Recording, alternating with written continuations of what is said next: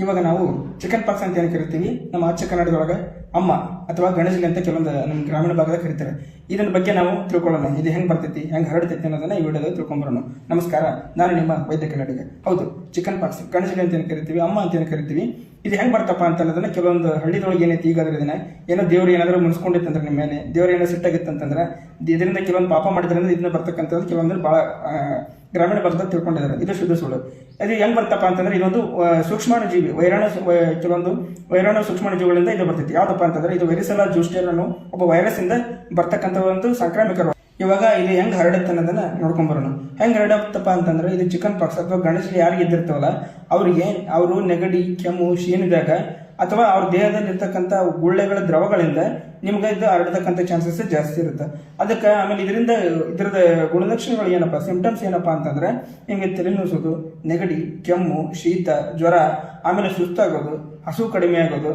ಅದು ಬಿಟ್ರೆ ಅಂತಂದ್ರೆ ನಿಮಗೆ ನಿಮ್ಮ ದೇಹದ ಮೇಲೆ ಕೆಲವೊಂದು ಗುಳ್ಳೆಗಳಾಗುತ್ತವೆ. ಈ ಗುಳ್ಳೆಗಳಿಗೆ ಏನಪ್ಪ ಇರುತ್ತೆ ಅಂತ ಡ್ಯೂ ಡ್ರಾಪ್ಸ್ ಅನ್ನೇ ರೋಸ್ ಪೆಟಲ್ ಅಂತಂದ್ರೆ ಒಂದು ಗುಲಾಬಿ ಹೂವಿನ ಮೇಲೆ ನೀರು ಸಿಡಿಸಿದ್ರೆ ಹೆಂಗಾಗುತ್ತಲ್ಲ, ಮಂಜಿನ ಗಂಡು ಹೆಂಗ್ ಬಿದ್ದಿರ್ತವಲ್ಲ ಆ ತರ ನಿಮ್ಗೆ ಕಾಣಿಸ್ತಿರ್ತಾವ. ಇದು ಫಸ್ಟ್ ಏನ್ ಬರ್ತಪ್ಪ ಅಂತಂದ್ರೆ ನಿಮ್ಗೆ ಇದು ಎದೆ ಭಾಗದ ಮೇಲೆ, ಆಮೇಲೆ ಹೊಟ್ಟೆ ಭಾಗದ ಮೇಲೆ ಇವು ಜಾಸ್ತಿ ಕಾಣ್ತವೆ.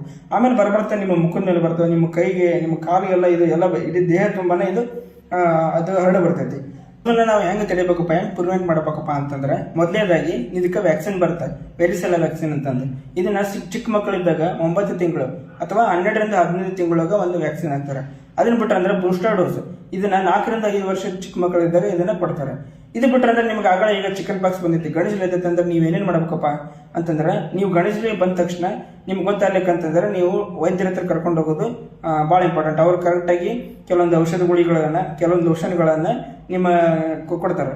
ಅದು ಬಿಟ್ರೆ ಅಂದ್ರೆ ನೀವು ಮನೆಯಲ್ಲಿ ಏನೇನು ಮಾಡ್ಬೇಕಪ್ಪ ಅಂತಂದ್ರೆ, ನೀವು ಮನೆಯಲ್ಲಿ ನಿಮ್ಮ ಮಕ್ಕಳು ಯಾರ್ಯಾರು ಬಂದಿರ್ತದಲ್ಲ ಅವ್ರನ್ನ ರೆಸ್ಟ್ ಮಾಡ್ಬೇಕು, ಅವ್ರಿಗೆ ರೆಸ್ಟ್ ಕೊಡ್ಬೇಕು. ಆಮೇಲೆ ಅವ್ರು ಏನಾದ್ರು ಸ್ಕೂಲ್ಗೆ ಆಟ ಆಡಕ್ಕೆ ಹೋಗೋದನ್ನ ತಪ್ಪಿಸ್ಬೇಕು, ಯಾರಿಗೆ ಕಳಿಸ್ಕೊಡ್ಬಾರ್ದು ಹೊರಗಡೆ ಅವ್ರನ್ನ. ಅವರಿಗೆ ಒಂದು ವಾರದಿಂದ ಇದು ಕಾಮನ್ ಆಗಿ 1 ವಾರದಿಂದ 10 ದಿವಸ ಒಳಗೆ ತಾನೇ ಹೋಗ್ಬಿಡ್ತೈತಿ. ಅದು ಬಿಟ್ರೆ ಅಂತಂದ್ರೆ ನೀವು ಅವ್ರಿಗೆ ಜಾಸ್ತಿ ನೀರು ಕುಡಿಸ್ಬೇಕು. ಯಾಕಪ್ಪ ಅಂತಂದ್ರೆ ಇದು ವೈರಸ್ ಇಂದ ಬಂದಿರೋದ್ರಿಂದ ಡಿಹೈಡ್ರೇಷನ್ ಆಗೋದಂತ ಚಾನ್ಸಸ್ ಜಾಸ್ತಿ ಇರುತ್ತೆ. ಅದಕ್ಕೆ ಯಥೇಚ್ಛವಾಗಿ ನೀರನ್ನ ಕುಡಿಸ್ಬೇಕು, ಚಂದಾಗಿ ಊಟ ಅದು ಮಾಡಿಸ್ಬೇಕು. ಇದು ಬಿಟ್ರೆ ಅಂದ್ರೆ ಅದನ್ನ ಅವರಿಗೆ ಹೊರಗಡೆ ಹೋಗೋದನ್ನ, ಆದಷ್ಟು ಬೇರೆ ಜೊತೆ ಕಾಂಟ್ಯಾಕ್ಟ್ ಆಗೋದನ್ನ ನೀವು ತಡಿಬೇಕು. ಇದರಿಂದ ನೀವು ಇದನ್ನ ತಡೆಗಟ್ಟಬಹುದು. ನೆಕ್ಸ್ಟ್ ವಿಡಿಯೋದಲ್ಲಿ, ಮುಂದಿನ ವಿಡಿಯೋದಲ್ಲಿ ನಾವೇನು ತಿಳ್ಕೊಂಬರೋಣ, ಇದು ಗಣೇಶಲಿ ಬಂದಾಗ ಏನು ಮಾಡಬೇಕು, ಏನು ಮಾಡಬಾರ್ದು ಅನ್ನೋದನ್ನ ಮುಂದಿನ ವಿಡಿಯೋದಾಗ ತಿಳ್ಕೊಂಬರೋಣ. ಈ ವಿಡಿಯೋ ನಿಮ್ಗೆ ಏನಾದರೂ ಇಷ್ಟ ಆಗುತ್ತೆ ಅಂದ್ರೆ, ನಿಮ್ಮ ಮನೇಲಿ ಯಾರಿಗಾದ್ರೂ ಗಣೇಶಲಿ ಆಗಿತ್ತು ಅಂದ್ರೆ ನಿಮ್ಮ ಮಕ್ಕಳಿಗೆ ಅಂಥವ್ರಿಗೆ ಶೇರ್ ಮಾಡಿರಿ, ನಿಮ್ಮ ಫ್ಯಾಮಿಲಿ ಮೆಂಬರ್ಸ್ಗೆ ಶೇರ್ ಮಾಡಿರಿ.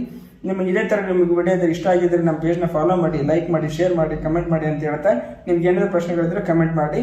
ಧನ್ಯವಾದಗಳು.